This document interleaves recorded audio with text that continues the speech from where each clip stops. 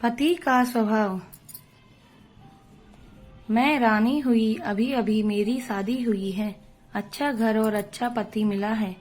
राजीव नाम है उनका। उनके पिता के यह 2 भाई हैं। छोटे भाई की अभी पढ़ाई चल रही है। इनकी अच्छी एक दुकान है जिसे यह पापा जी और मम्मी जी संभाल लेते हैं। शादी को अभी मेरे 10 दिन ही हुए हैं और मैं अपने आप को बहुत खुशकिस्मत मानती हूँ, क्योंकि मुझे एक बहुत प्यार करने वाला पति नसीब हुआ है। सास और ससुर तो पति से भी अच्छे हैं। अभी अभी शादी हुई तो ज्यादातर घर पर ही रहते हैं। दुकान अभी पापा और मम्मी संभाल रहे हैं। शादी को अब 1 महीना हो गया था। इनका अभी भी दुकान पर जाना वैसा शुरू नहीं हुआ। कुछ देर के लिए जाते और फिर वापस आ जाते। सुबह पापा जी ही जल्दी उठकर दुकान खोलते और देर रात तक वही दुकान पर बैठते थे। मम्मी जी उनके लिए खाना ले जाया करती थी। यह दिन भर मेरे पीछे ही घूमते। मैंने इन्हें बोला कि अच्छा नहीं लगता, अब आप रेगुलर दुकान पर जाना शुरू करिए, वरना पापा मम्मी कहेंगे कि मैंने आपको कंट्रोल कर रखा है।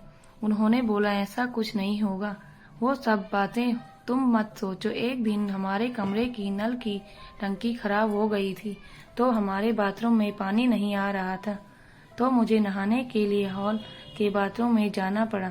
मेरे पति तब सो रहे थे।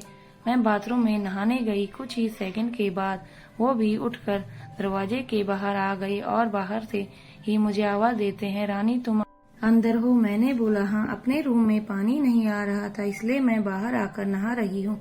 फिर जब मैं नहा कर वापस नहीं आई तब तक वो दरवाजे के बाहर ही खड़े रहे। ऐसा वो रोज करने लगे। एक दिन वो बाथरूम में नहा रहे थे, तब कोरियर वाला आया।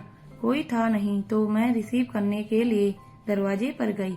मैं अभी उससे बात कर ही रही थी कि यह बाथरूम से टॉवल में ही भाग कर आए।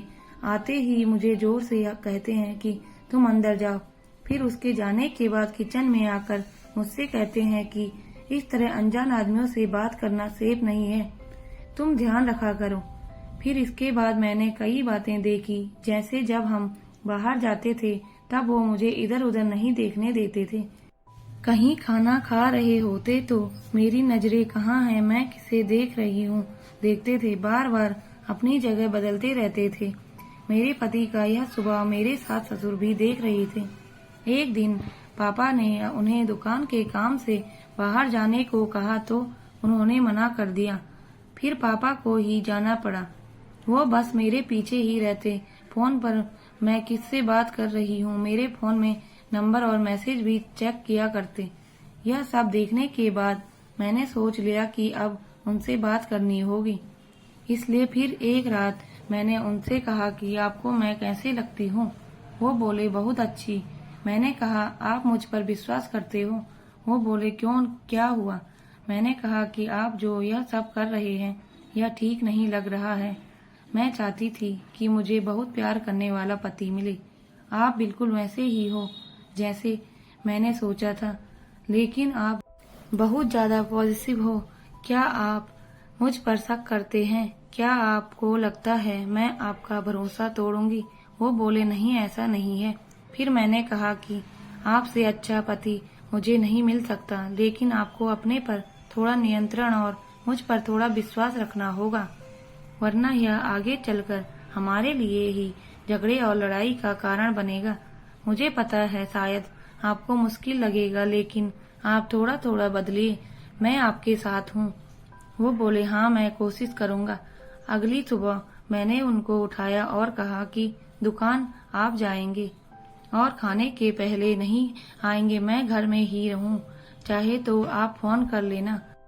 वो जैसे तैसे मन मार कर गए, कभी रूठ कर तो कभी प्यार से। धीरे धीरे उनकी आदत में सुधारने की कोशिश कर रही हूँ।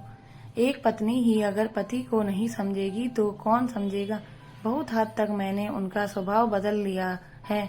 बात को बढ़ाना नहीं, बात को किस तरह से सुलझाया जाए यह सोचना चाहिए। हम दोनों में एक बात तय हुई कि हम एक दूसरे के मन में क्या चल रहा है हमेशा एक दूसरे को बताते रहेंगे। बात नहीं करना, अपनी बात मन में ही रखना ही किसी समस्या को जन्म देता है। दोस्तों, यदि आपको हमारी कहानी अच्छी लगी हो तो प्लीज़ लाइक, कमेंट, शेयर और सब्सक्राइब जरूर करना। धन्यवाद।